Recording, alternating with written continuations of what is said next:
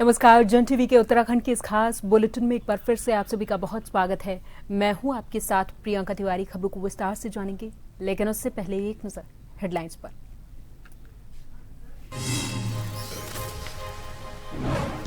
CM Dhami ने मुख्यमंत्री पद के 5 वर्ष पूरे होने पर ऋषिकेश से जन जन की सरकार, जन जन के द्वार अभियान के दूसरे चरण और सेवा पखवाड़े का किया शुभारंभ। स्वयं को बताया उत्तराखंड का सेवक। अंकिता भंडारी हत्याकांड की सीबीआई जांच को लेकर देहरादून में कांग्रेस और संयुक्त संघर्ष मंच ने किया प्रदर्शन। वीआईपी एंगल दबाने का आरोप लगाया। जांच की प्रगति रिपोर्ट मांगने पर अब तक नहीं मिला कोई जवाब। उत्तराखंड में मतदाता सूची के डिजिटाइजेशन का कार्य अंतिम चरण में।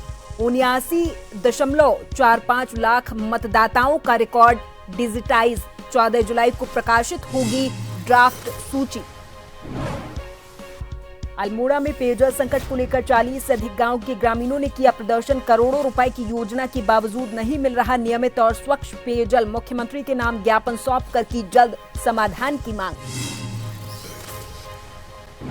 और रुद्रप्रयाग में भारी बारिश के बाद अलकनंदा नदी का जलस्तर खतरे के निशान के करीब पहुंचा। प्रशासन ने नदी किनारे रहने वाले लोगों को सतर्क रहने की सलाह दी। संवेदनशील क्षेत्रों में निगरानी बढ़ाई।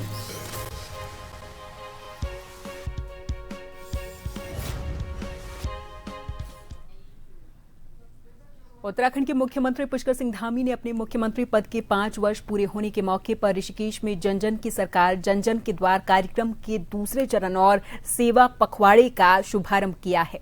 इस दौरान उन्होंने कहा कि जनता का स्नेह उनके लिए किसी पुरस्कार से कम नहीं और ये उन्हें प्रदेश के विकास के लिए पूरी निष्ठा के साथ काम करने की प्रेरणा देता है। मुख्यमंत्री ने खुद को उत्तराखंड का सेवक बताया है और कहा कि 5 वर्ष पहले उन्हें देवभूमि की सेवा का मौका मिला था और उनकी सरकार जन कल्याण, सुशासन और राज्य के सर्वांगीण विकास के संकल्प के साथ लगातार आगे बढ़ रही है।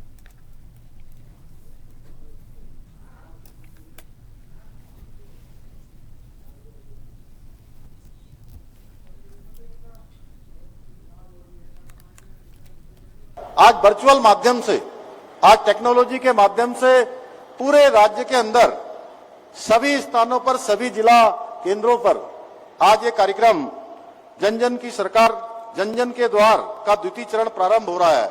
इस अवसर पर वहां पर उपस्थित हमारे सभी आदरणीय मंत्रीगण, आदरणीय सांसदगण, आदरणीय विधायकगण, जिला पंचायतों के अध्यक्ष, महापौर, नगर पालिका, नगर पंचायत और सभी ब्लॉकों के ब्लॉक प्रमुख, सभी हमारे प्रतिनिधिगण, क्षेत्र पंचायत, जिला पंचायत, ग्राम प्रधानगण, सभी हमारे पार्षदगण, मैं आप सभी का आज के इस अवसर पर आप सभी का हार्दिक स्वागत करता हूं, आप सबका अभिनंदन करता हूं।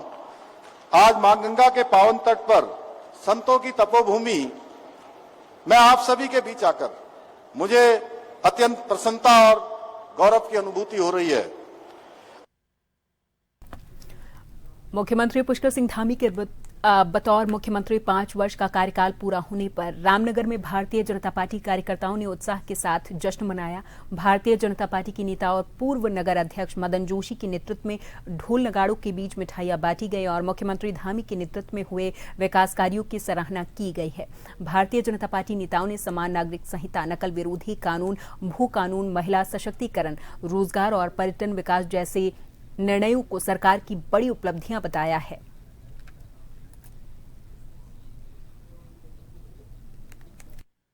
उत्तराखंड राज्य में माननीय मुख्यमंत्री पुष्कर सिंह धामी जी ने 5 साल का कार्यकाल आज पूरा किया है। उसी में रामनगर अपने कार्यालय पे जो है मिष्ठान वितरण, आतिशबाजी और स्वागत करते हुए धामी जी रक्षक हैं उत्तराखंड देवभूमि के।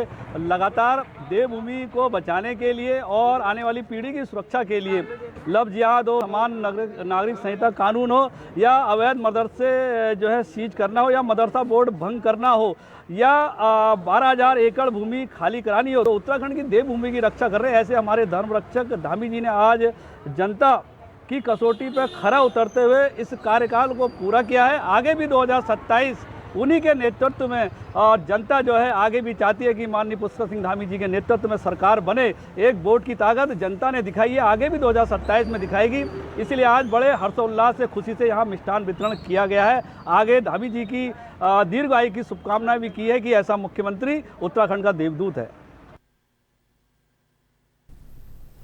इधर अंकिता भंडारी हत्याकांड की सीबीआई जांच को लेकर देहरादून में कांग्रेस और संयुक्त संघर्ष मंच ने सीबीआई कार्यालय के बाहर विरोध दर्ज करवाया है। कांग्रेस के प्रदेश प्रवक्ता सुजाता पॉल ने आरोप लगाया है कि इस मामले में कथित वीआईपी एंगल को दबाने की कोशिश हो रही।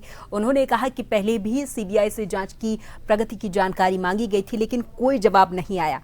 कांग्रेस ने सवाल उठाया कि इस मामले से जुड़े अलग अलग लोगों से पूछताछ हुई या नहीं, और मांग की कि जांच पूरी पारदर्शिता के साथ की जाए और उसके तथ्य जनता के सामने रखे जाएं।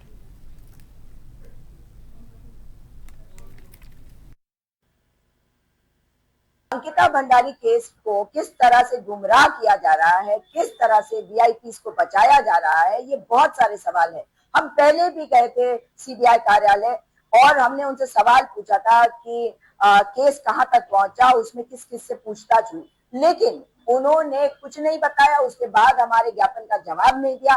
इसलिए इस बार तालाबंदी की गई, जिसमें तमाम संगठन और कांग्रेस पार्टी और अन्य पार्टी जो है वो भी वहां मौजूद थे, अंकिता न्याय यात्रा संयुक्त संघर्ष मंच के तत्वाधान में। और हम सब ने वहां मिलकर ये सवाल पूछे कि अंकिता भंडारी हत्याकांड में दुष्यंत गौतम और अजय कुमार से अब तक पूछताछ हुई या नहीं हुई।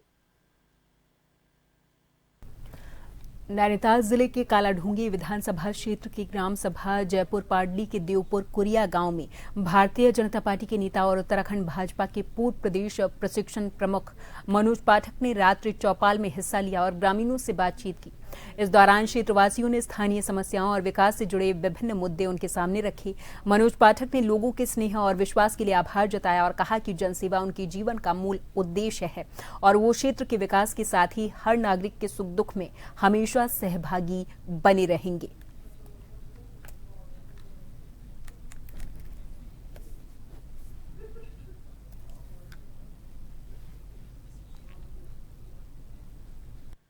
गांव में बहुत श्रेष्ठ के सम्मानित लोगों के साथ मिलना बैठना हुआ, चर्चा वार्ता हुई और बहुत अच्छा लगा।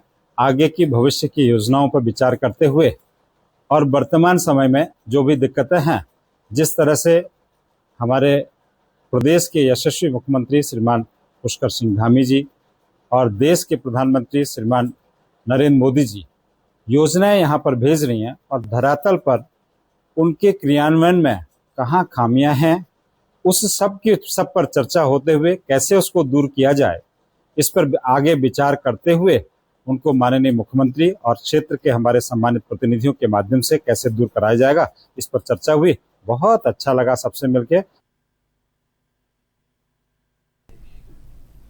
उत्तराखंड में एसआईआर अभियान के तहत मतदाता सूची के डिजिटाइजेशन का काम अंतिम चरण में पहुंच चुका है। अपर मुख्य निर्वाचन अधिकारी डॉक्टर विजय कुमार जुगदंडे के मुताबिक प्रदेश के करीब 79,60,000 मतदाताओं में से 79,45,000 का रिकॉर्ड डिजिटाइज किया जा चुका है, जबकि 8,39,000 मतदाता अनकलेक्टेड श्रेणी में है, जिनमें मृत, स्थायी तौर पर स्थानांतरित, पहले से पंजीकृत और अनुपस्थित मतदाता शामिल हैं।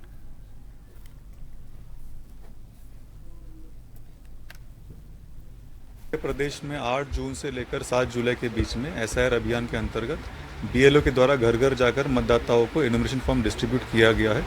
वर्तमान प्रगति के अनुसार पूरे प्रदेश में 100% फॉर्म वितरित करने की कार्रवाई संपन्न किया जा चुका है और 79 लाख मतदाताओं में से अभी 71,16,000 मतदाताओं के फॉर्म डिजिटाइज करने में सफलता भी पाई हुई है।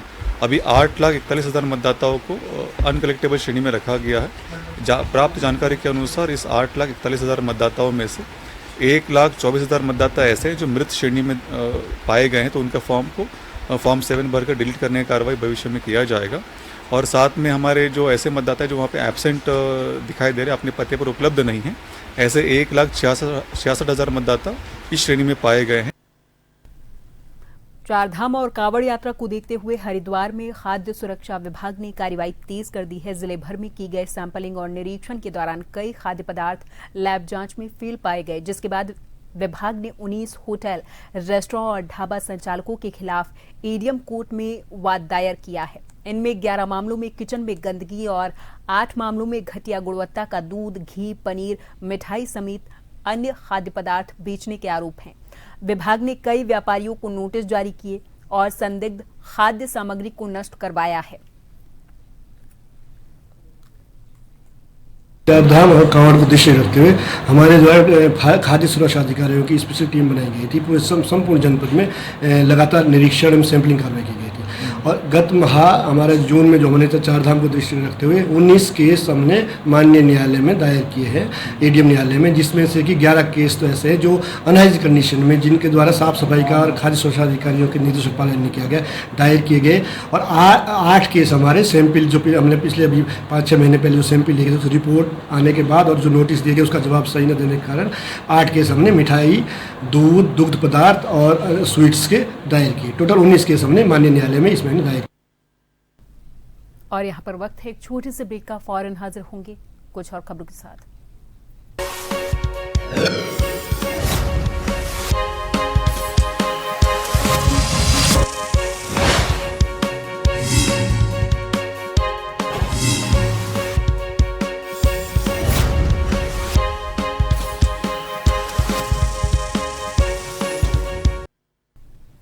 अल्मोड़ा के भिकियासैंण में पेयजल संकट को लेकर 40 से अधिक गांव के ग्रामीण सड़क पर उतर आए। क्षेत्रीय जन सुरक्षा समिति के नेतृत्व में ग्रामीणों ने बाजार से तहसील तक प्रदर्शन किया और मुख्यमंत्री के नाम एक ज्ञापन सौंपा है। ग्रामीणों का ये कहना है कि नौला मनिला देवी कमराड़ पंपिंग पेयजल योजना पर करोड़ों रुपए खर्च होने के बावजूद पिछले 2 सप्ताह से लगातार पानी की आपूर्ति नहीं हो रही और जो पानी मिल रहा वो गंदा है।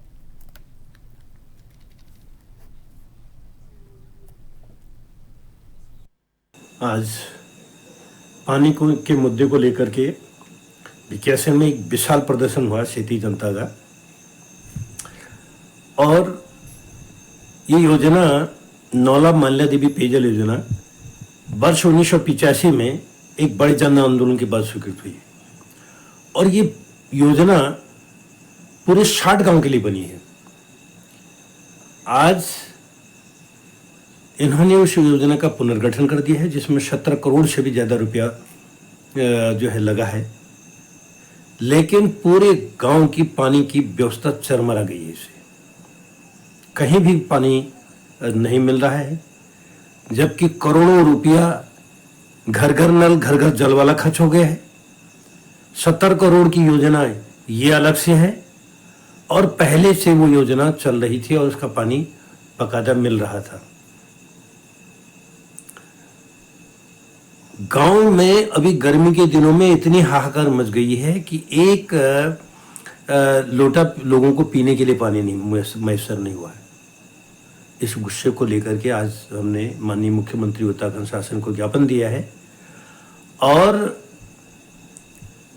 ये मांग की है कि 10 दिन के अंदर यानी 14 जुलाई तक हमारी समस्या का समाधान नहीं हुआ तो हम 15 जुलाई से आमरण अनशन करेंगे भिकियासैंण तहसील मुख्यालय पर। वो अनिश्चितकालीन होगा।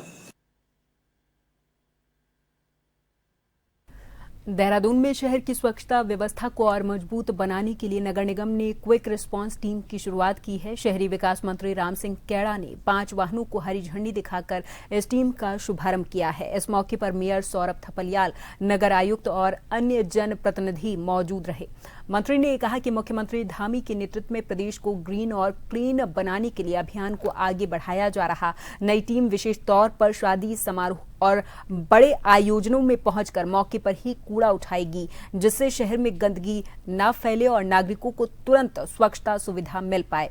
वहीं मेयर ने कहा कि ये पहल देहरादून को स्वच्छ और व्यवस्थित शहर बनाने की दिशा में महत्वपूर्ण कदम साबित होगी।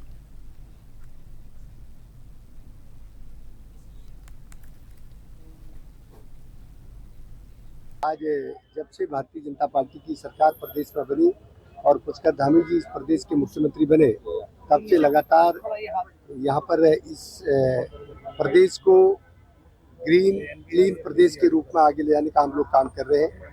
और इसी उद्देश्य से आज नगर निगम देहरादून में 5 गाड़ियों को हमने हरी झंडी दी है, और जिसमें हमारे यहाँ के मेयर साहब हैं, हमारे भाई हैं, और यहाँ के हमारे आयुक्त साहब हैं, और सभी पार्षद हैं, सभी कर्मचारी अधिकारियों का योगदान है। और माननीय मुख्यमंत्री जी पुष्कर धामी जी के नेतृत्व में हम सभी शहरों को एक क्लीन शहर कैसे बनाया जाए उस दिशा में काम कर रहे हैं। देखिए, क्विक इसका नाम ही क्विक रिस्पांस टीम है। ये त्वरित कार्रवाई के लिए बनाई गई है, और किसी प्रकार की समस्या आती है, कहीं पर कूड़े की डंपिंग हो रही है, उनको ठीक करने के लिए, या कहीं पे इस प्रकार की जहाँ पर भी समस्या आती है, उन सबकी जो भी समस्याएं हैं उनके निस्तारण के लिए क्विक रिस्पांस टीम पूर्ण रूप से जवाब दे रही है। रामनगर में करणी सेना के कार्यकर्ताओं ने प्रदेशाध्यक्ष सूरज चौधरी के नेतृत्व में प्रदर्शन किया और एसडीएम के माध्यम से मुख्यमंत्री धामी को एक ज्ञापन भेजा है। संगठन ने उत्तराखंड में गौ माता को राजमाता घोषित करने की मांग उठाई और कहा कि इस मुद्दे पर लंबे समय से हस्ताक्षर अभियान चलाया जा रहा और राष्ट्रपति और प्रधानमंत्री को भी ज्ञापन भेजे जा चुके हैं। करणी सेना का ये आरोप है कि प्रदेश में गौवंश के साथ क्रूरता की घटनाएं बढ़ रही, जिन्हें रोकने के लिए सरकार को ठोस कदम उठाने चाहिए। संगठन ने चेतावनी दी और कहा कि अगर 25 दिनों के अंदर मांग पूरी नहीं हुई तो 1 अगस्त को हल्द्वानी से मुख्यमंत्री आवास तक पैदल मार्च किया जाएगा।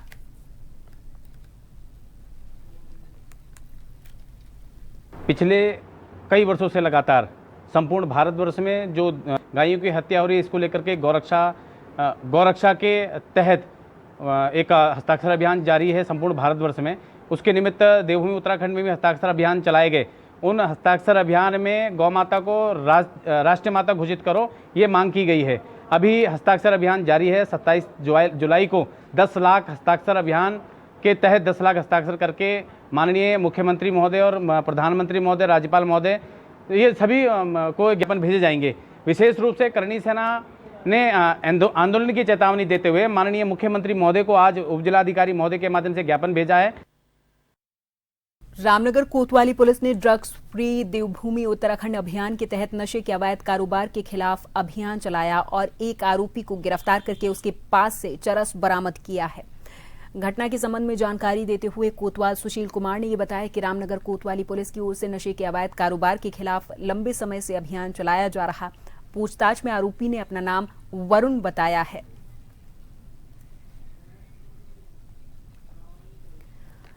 रुद्रप्रयाग जिले में लगातार हो रही भारी बारिश के बाद अलकनंदा नदी का जलस्तर तेजी से बढ़ गया है।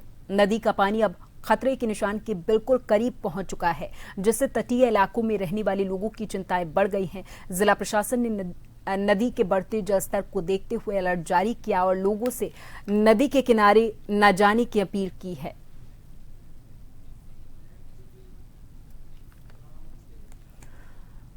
मुख्यमंत्री पुष्कर सिंह धामी से मुख्यमंत्री आवास में छत्तीसगढ़ से आए पत्रकारों की डेलीगेशन ने शिष्टाचार भेंट की है। मुख्यमंत्री ने प्रतिनिधि मंडल का स्वागत किया और उत्तराखंड की सांस्कृतिक विरासत, पर्यटन संभावनाओं और विकास कार्यों के साथ ही सुशासन मॉडल की जानकारी दी है। मुख्यमंत्री ने इस दौरान कहा कि उत्तराखंड प्राकृतिक सौंदर्य, धार्मिक आस्था और सांस्कृतिक विरासत के साथ ही तेजी से विकास करने वाला राज्य बन रहा। प्रधानमंत्री मोदी के मार्गदर्शन में राज्य सरकार धार्मिक पर्यटन के साथ ही साहसिक, इको वेलनेस, ग्रामीण और होमस्टे आधारित पर्यटन को बढ़ावा दे रही है।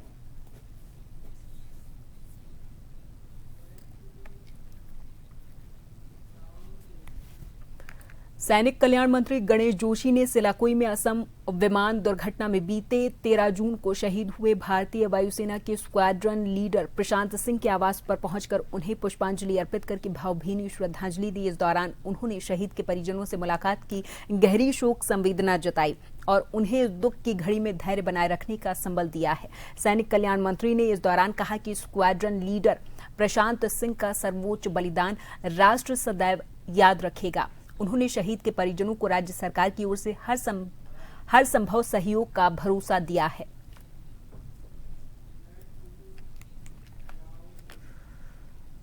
उत्तराखंड विधानसभा अध्यक्ष और कोटद्वार की विधायक ऋतु खंडूड़ी भूषण ने ध्रुवपुर क्षेत्र में सुखरो नदी से हो रहे कटाव का स्थलीय निरीक्षण किया। इस दौरान उन्होंने क्षेत्रवासियों की समस्याएं सुनी हैं और सिंचाई और वन विभाग के अधिकारियों के साथ ही प्रभावित इलाकों का जायजा लिया। स्थानीय लोगों ने कृषि भूमि और आवासीय इलाकों को हो रहे नुकसान से अवगत करवाया है।